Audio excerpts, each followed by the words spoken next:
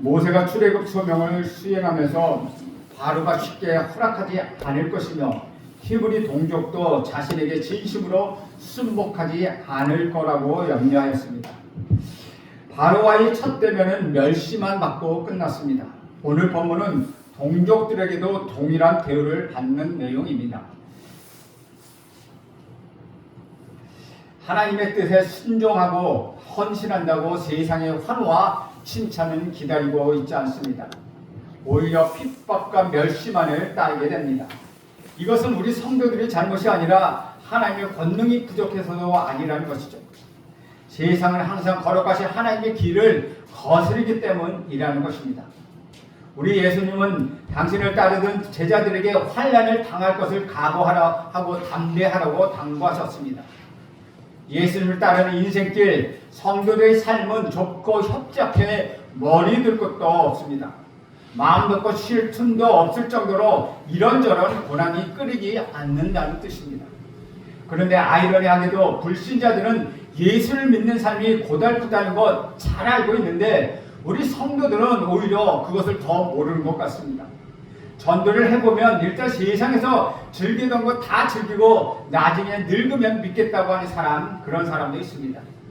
예수를 믿으면 세상의 향락과 돈을 밝히는 생활을 단절하고 이전과는 전혀 다른 희생과 손해를 감수하며 경건하게 살아야 한다고 그들도 알고 있습니다. 그런데 우리 성도들은 이렇게 오래 열심히 믿었는데 왜 아직 이 모양 이 꼴인가? 형통하고 출세하는 것까지는 바라지 않지만 고난은 없어야 하지 않겠는가? 라고 하면서 하나님께 때를 쓰기도 합니다. 죄송하지만 얼마나 오래 열심히 믿었는지는 별로 중요하지 않다는 것입니다.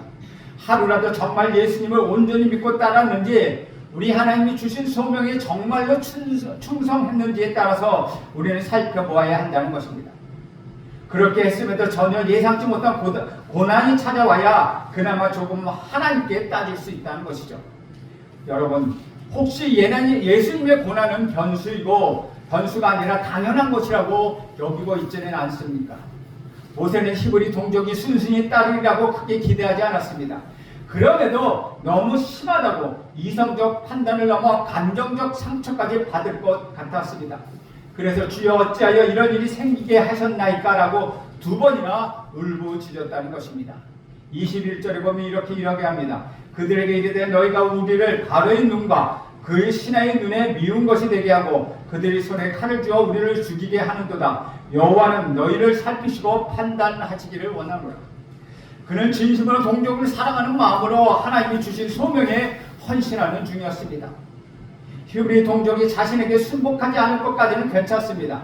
그런데 그들이 대놓고 모세를 원망하리라고는 또 나아가서는 저주까지 하리라고는 전혀 예상하지 못했다는 것이죠. 여기서 여호와가 너희를 판단하기를 원하노라 말은 하나님이 너희에게 벌을 주기를 원한다는 관용적인 표현입니다. 즉 하나님께 저주의 신탁을 강구하고 있다는 것입니다. 지금 모세가 잘못한 것은 무엇이 있습니까? 모든 일은 바로의 강압적인 반발로 벌어진 것입니다. 그럼 모세와 아론이 모두가 다 모여서 대책을 의논해야 했습니다. 바로에게 어떻게 대적할 것인지 지혜를 알고 하나님이 우리를 어떻게 인도할지 가르쳐달라고 합심해서 기도라도 했어야 하지 않겠습니까? 만일 모세에게 원망을 쏟아놓으려면 바로와 힘겨루기를 몇 번이나 했지만 실패한 후에 그것도 모세대로 자기들 대표야 하나님의 뜻을 물어보라고 부탁한 후에 하나님의 뜻을 잘못 알아들은 것 아니냐, 하나님이 정말로 간절히 기도하지 않은 것, 하나님께 정말로 간절히 기도하지 않은 것 아니냐라고 백성들이 모세에게 따질 수 있었을 것입니다. 그리고 나서 모세, 우리는 너를 못 믿겠다, 앞으로는 우리가 직접 하나님께 따지겠다라고 이야기하는 것, 그것이 합당한 순서가 아니겠습니까? 그런데 그렇게 하지 않고 바로와 첫 대면에 실패했다고 당장의 모세를 못 잡아먹어 난리 친다는 것입니다. 바로가 쉽게 허락하지 않고 강력하게 반발할 것이라는 것은 그 누구도 다 아는 사실입니다. 예수님을 3번이나 비겁하게 배반한 베드로도 로마를 물리치는 일에 목숨을 바치겠다고 칼을 들고 설치지 않았습니까? 전혀 그런 시도도 하지 않고 엉뚱하게 백성들은 모세에게 화풀이를 합니다. 불황해도 이런 형태가 출애굽 이후에도 내내 지속되었다는 것입니다. 그래서 하나님이 형벌을 받아 하나님께 약속하신 가나안 땅을 단 한 발짝도 디뎌보지 못하고 모두 다 죽어버렸습니다. 당장 눈앞에 보이는 환경에만 모든 신경을 쏟은 탓이십니다. 자신의 육체의 편안함만이 최우선으로 추구한 결과라는 것입니다. 사랑하는 여러분, 이것이 바로 인간의 본성입니다. 오직 자기 자신만 높이려는 이기적인 탐욕입니다. 하나님은 그 욕심을 채우는 데 힘을 보태는 도우미 정도로 취급하고 있다는 것입니다. 하나님께 복을 받으면 순종하고 하나님께서 복을 주지 않으시면 금방 하나님이 있거나 거역하는 그런 끈질긴 습성이라는 것입니다. 하나님에 대한 근본적인 두려움은 남아있어서 혹시 하나님께 벌을 받을까봐 직접 하나님을 원망하지는 못하고 애꿎은 모세에게만 불평을 퍼붓고 있습니다. 모세가 하나님의 계시를 개헌하고 이적으로 보증하자 자기들 지도자로 세우고 여호와께 감사 예배를 드리는 것이 엊그제인데 그들은 이렇게 버려버렸습니다. 그 의미는 무엇입니까? 이런 고생을 할 바에는 출애굽이지 하지 않는 것이 낫겠다. 이런 고생이 없다면 계속해서 노예로 살아도 좋다라고 생각하고 있다는 것입니다. 주 안에서 사랑하는 여러분, 인간이란 존재는 하나님을 알고 하나님 따르는 백성인 저와 여러분도 그 본질적으로 그 심성이 절대로 경건하지 않습니다. 성경은 만물보다 거짓되고 심히 부패한 것이 사람의 마음이라고 선언하고 있습니다. 하나님이 만드신 모든 만물 중에 인간의 마음이 가장 사악하다고 말씀하고 있습니다. 우리가 인정하기는 너무나 싫지만 이것은 엄연한 사실입니다. 인정하기 싫다는 것은 내가 거룩하게 살고 싶은 욕망이 있어 그런 대로 노력을 했지만 심심찮게 내 의지력이 무너져 내린다는 뜻입니다. 인간이 갖는 이런 원초적 딜레마를 우리 구주 예수 그리스도가 십자가 안에서 완벽하게 해결해 주셨습니다. 이것이 바로 믿음입니다.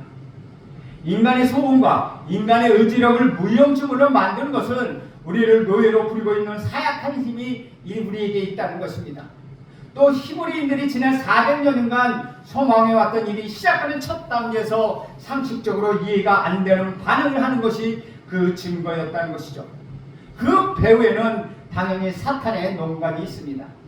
출애굽은 히브리 신인 우리 하나님 여호와의 명령을 따르지 않으면 우리가 벌받는다는 모세의 통보는 바로에게 거짓말밖에 들리지 않았다는 것입니다.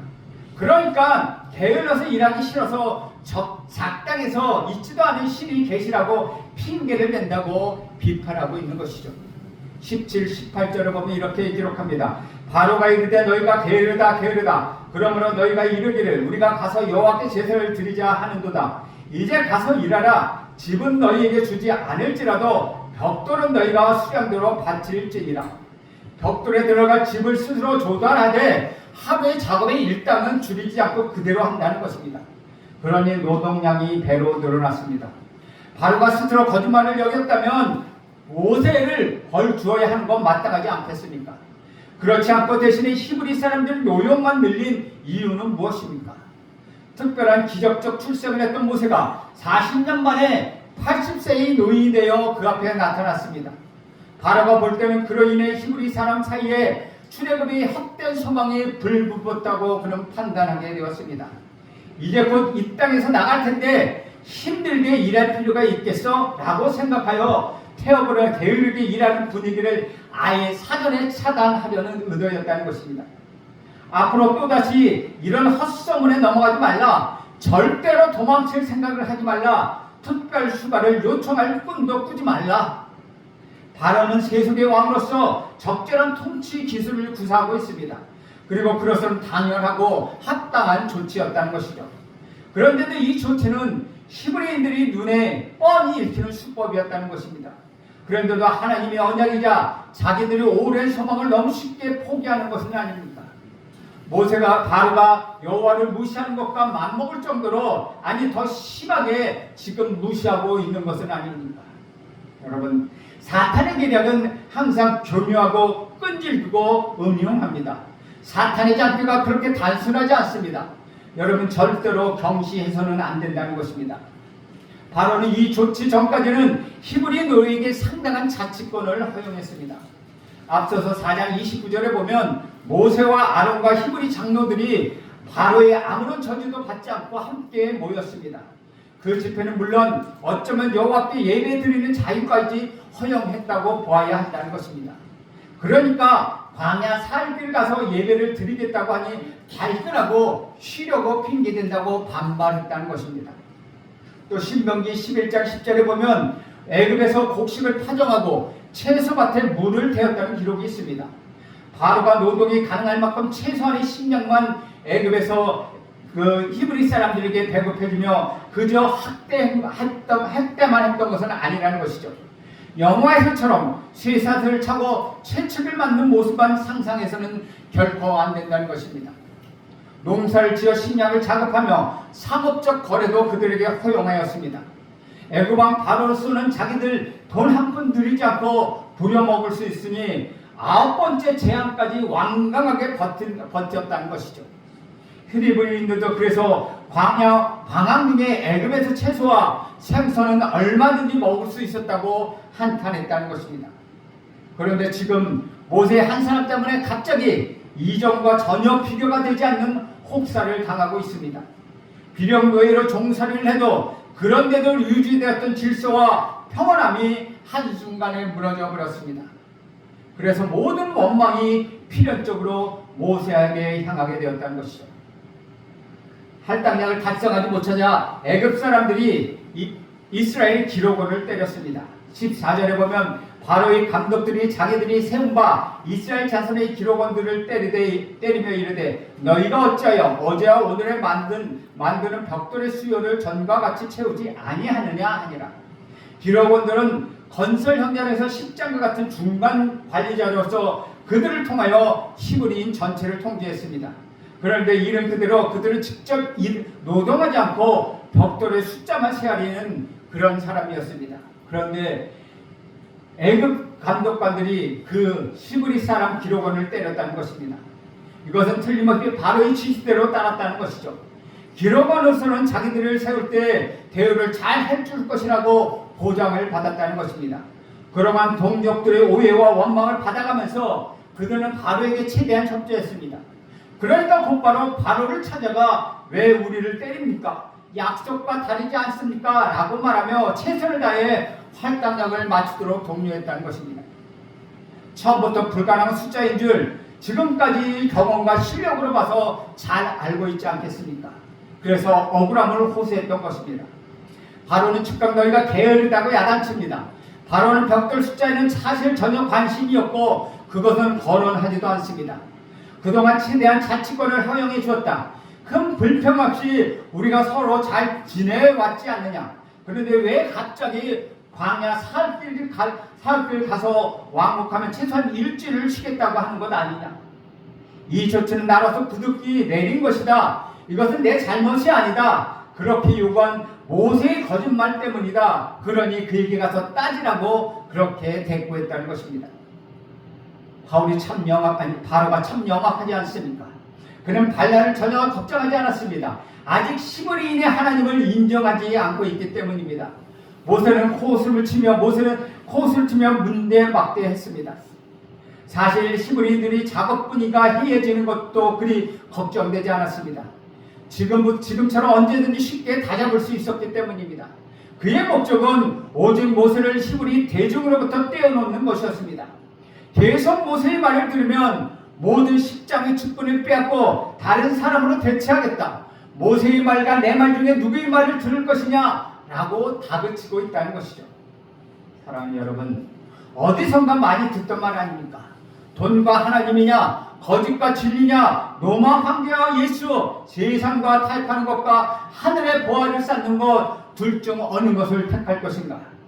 불신자들은 계속 세상을 즐기고 예수를 나중에 믿겠다고 선택한 사람입니다. 그러나 저와 여러분은 하나님을 몰랐던 헛되고 헛된 삶을 버리고 예수를 따르기로 선택한 사람들입니다. 예수를 믿은 후에 성도들의 일상도 계속해서 이 둘 중에 하나를 선택하는 삶입니다.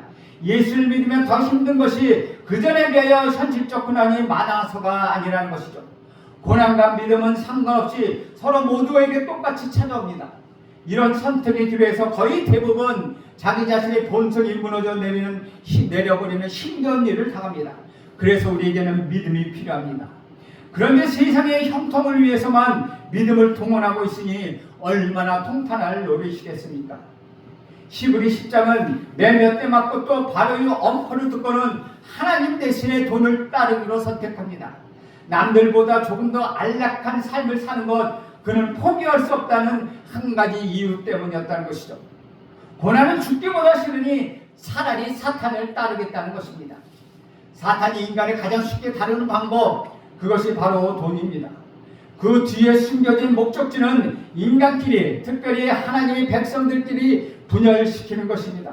그래서 하나님의 공동체 교회를 파괴하고 하나님이 주신 가정을 파괴하고 하나님 멀리하게 만들어 믿음을 포기하게 만드는 것입니다. 그러기 위하여 돈, 출세, 명예, 형통 등 모든 수단을 사탄은 다 동원합니다. 에덴 동산에서 서로 벌거벗었으나 부끄럽지 않고 사랑했던 인류 최초의 부부를 갈라놓은 것, 바로 그 솜씨입니다. 역사와 전통을 자랑하는 사탄의 최고의 기술이라는 것이죠. 아담 이후의 모든 인간은 자기가 최고이고 자기 중심만으로 판단하게 됩니다. 먹고 마시는 것들은 불평하게 하고 불편하게 만들어 부족하게 하여 출애굽 같은 크고 오랜 소망마저 전혀 망설임 없이 포기하게 한다는 것입니다. 히브리 기록원들은 출애굽이라는 민족적 과업을 수행하는 전초병이 되어야 했습니다. 그들은 애국과 직접 충돌하며 이스라엘 군대의 지휘관이 될 만한 제목들이었습니다. 바로는 그런 사람들을 골라 임명했다는 것입니다. 그래서 그들의 육신적 고통을 모면해 주면서 원수인 바로와 곧바로 한 통속이 되게 하였다는 것이죠. 바로는 모세와 히브리 백성을 분리시키는 정치 술수에 성공했습니다. 그런데 사탄은 인간의 바로의 지혜를 훨씬 능가한다는 것이죠. 사탄의 진짜 목적은 하나도 있는데 바로 모세였다는 것입니다. 사탄은 모세를 넘어뜨려 하나님을 따르는 백성의 씨를 완전히 말려버리는 것입니다. 하나님의 왕국 건설을 시도조차 못하게 하는 것입니다. 기꺼이 예수님을 십자가에 매달았고 그것도 호산나 호사다며 열심히 환영했던 동족들이 단 며칠 만에 변하도록 사탄은 그들을 조종했습니다. 지금도 그 동일한 수법을 모세에게 사용하고 있습니다. 사탄의 영악한 지혜가 모세가 평소 성격이 급하고 말이 어눌해 때로 말보다 행동이 앞선다는 점과 애굽의 관원들을 죽인 정과까지 모를 리가 없었습니다. 그래서 히브리 동족이 원망했던 모세가 죽이지 않아도 같이 맞서서 싸우게 만들려고 모세를 그렇게 동원했다는 것입니다. 그러나 모세는 하나님이 세운 종답게 동족과 직접 싸우지 않았습니다. 이후로도 지금처럼 모든 문제를 하나님께 들고 나가 그는 기도했습니다. 동족을 야단쳐도 하나님의 뜻대로 했고 동족을 벌주려 할 때도 그분의 일과 말을 대신하는 역할을 감당했다는 것입니다. 모세의 가장 모세다운 모습은 히브리 공동체를 끝까지 지키려고 노력한 것입니다. 바로의 왕궁에서 40년, 미디안 광야에서 40년 동안 오매 불망의 소원은 히브리 공동체에서 함께 생활해 보는 것이었습니다. 유대인의 정체성을 회복하고 한 번이라도 여호와께 동족과 함께 마음껏 예배와 찬송을 드리는 것이었습니다. 사흘길 광야로 나가 여호와 하나님께 예배 드리러 간다는 것은 하나님의 계시를 대언한 것이지만 그 전에 이것은 또한 모세의 진심이기도 했다는 것입니다. 하나님은 그의 진심을 들어 사용하셨습니다. 또 그럼으로써 바로가 거짓말을 한다고 착각하게 했고 나가서는 그 배후의 사탄으로 사탄을 이렇게 진척시키도록 가만 내버려 둔 것입니다.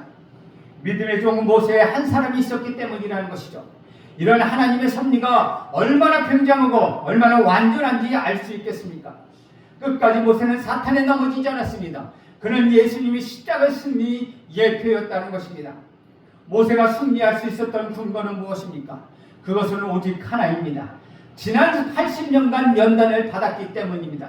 사방의 믿음의 동료는커녕 동족 한 명이 없이 처절한 고독 가운데 하나님과 그는 씨름했습니다. 출애굽의 소명에 불타올랐고 이스라엘의 가나안 땅을 기업으로 받아 창대하게 되는 꿈을 그는 매일매일 꿈꾸고 있었습니다. 그 꿈은 나이 80세가 되자 거의 포기할 뻔했지만 떨기나무 불꽃 속에 임재하시는 하나님이 다시 그에게 소명을 불어 넣어 주셨습니다. 그는 5번의 질의응답과 최근의 할례 사건까지 하나님 그분을 인격적으로 대면하여 얼마나 오묘하고 광대하며 신실하며 성실하게 생생하게 그 하나님을 체험하게 되었습니다. 그의 중심에 오직 여호와 하나님만을 자리 잡았고 만사를 여호와 하나님이 중심으로 판단하며 행동하게 되었다는 것입니다. 신실한 여호와의 종이 되어 그분의 지팡이를 놓지 않게 되었다는 것입니다.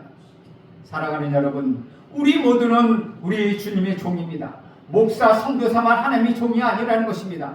우리 모두는 그분의 왕같은 백성일 뿐만 아니라 제사장의 나라로 불려 나왔습니다.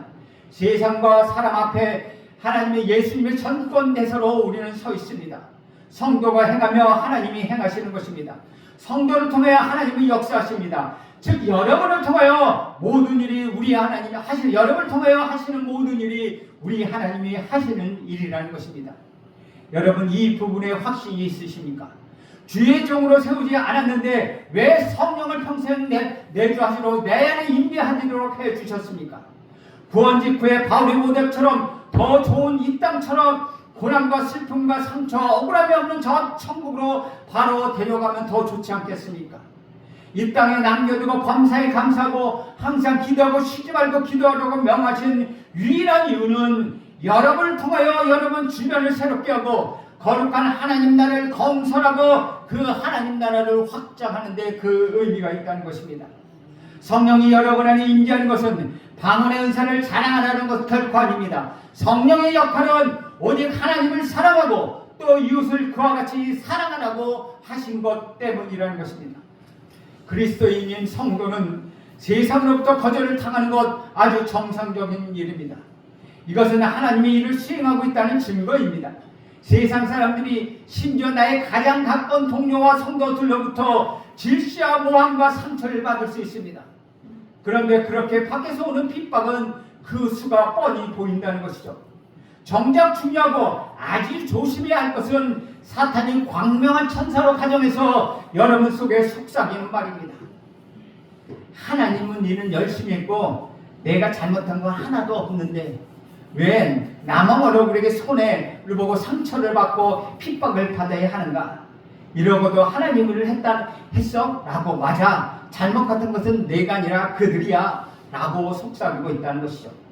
그러나 이스라엘의 기도원처럼 하나님이 두렵고 동족에 원망하게 만들려는 사탄의 흉기임을 알아야 한다는 것입니다. 결코 주변 사람과 맞서 싸워서는 결코 안 된다는 것입니다. 마지막 한순간에 자칫 그렇게 되면 순식간에 모든 것이 무너지고 사라지고 만다는 것입니다. 나 자신도 망하고 동료도 망하고 무엇보다 하나님의 공동체의 교회가 사라지게 된다는 것입니다. 불신자도 예수를 믿으면 당연히 고난이 따른다고 믿습니다. 성도가 되었다는 의미는 남들이 당하는 억울한 상처나 고난을 대신 혹은 함께 짊어지기 위함이라는 것이죠. 왜 나만이라고 여기면 성도가 된 자체를 포기하게 되는 것입니다. 우리는 그렇게 부름을 받지 않았습니다. 여러분이 바로 그 생각 하나만 하지 않아도 사탄에서 승리할 수 있다는 것입니다. 나 하나만이 아니라 나의 이웃까지 생각한다면 그것은 사탄에게 승리할 수 있는 비결이라는 것입니다. 사랑하는 여러분, 우리는 반드시 범사의 모세처럼 하나님의 중심적으로만 생각해야 합니다. 하나님만을 의지해야 합니다. 사람끼리 상대하면 상대방은 물론 나의 잘못을 바로 잡을 수 있을 만큼 우리는 영적으로 성숙되어 있지 않습니다.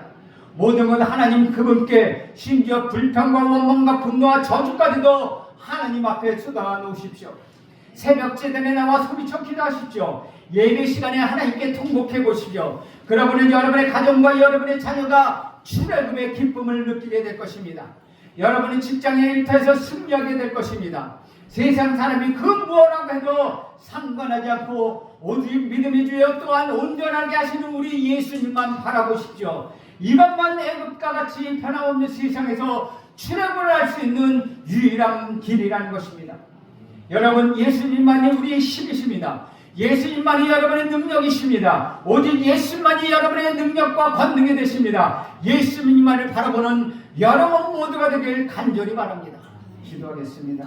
하나님, 모세가 출애굽을 할 때 이스라엘 백성들이 모세를 통하여 원망했던 것처럼 사탄은 온갖 수단을 통하여 저 이스라엘 백성과 모세를 갈라놓으려고 했습니다. 하나님, 사탄의 좋은 성취를 보며 하나님, 우리가 알아차릴 수 있도록 하여 주시옵소서. 하나님, 우리 사탄의 실수를 알아보고 우리 안에 사탄의 음흉한 흉기가 다시 세워질지 않도록 우리에게 힘을 허락하여 주시옵소서. 사탄의 하나님 계략을 파괴할 수 있도록 우리에게 힘을 더하여 주시옵소서. 예수님의 이름으로 기도합니다. 아멘.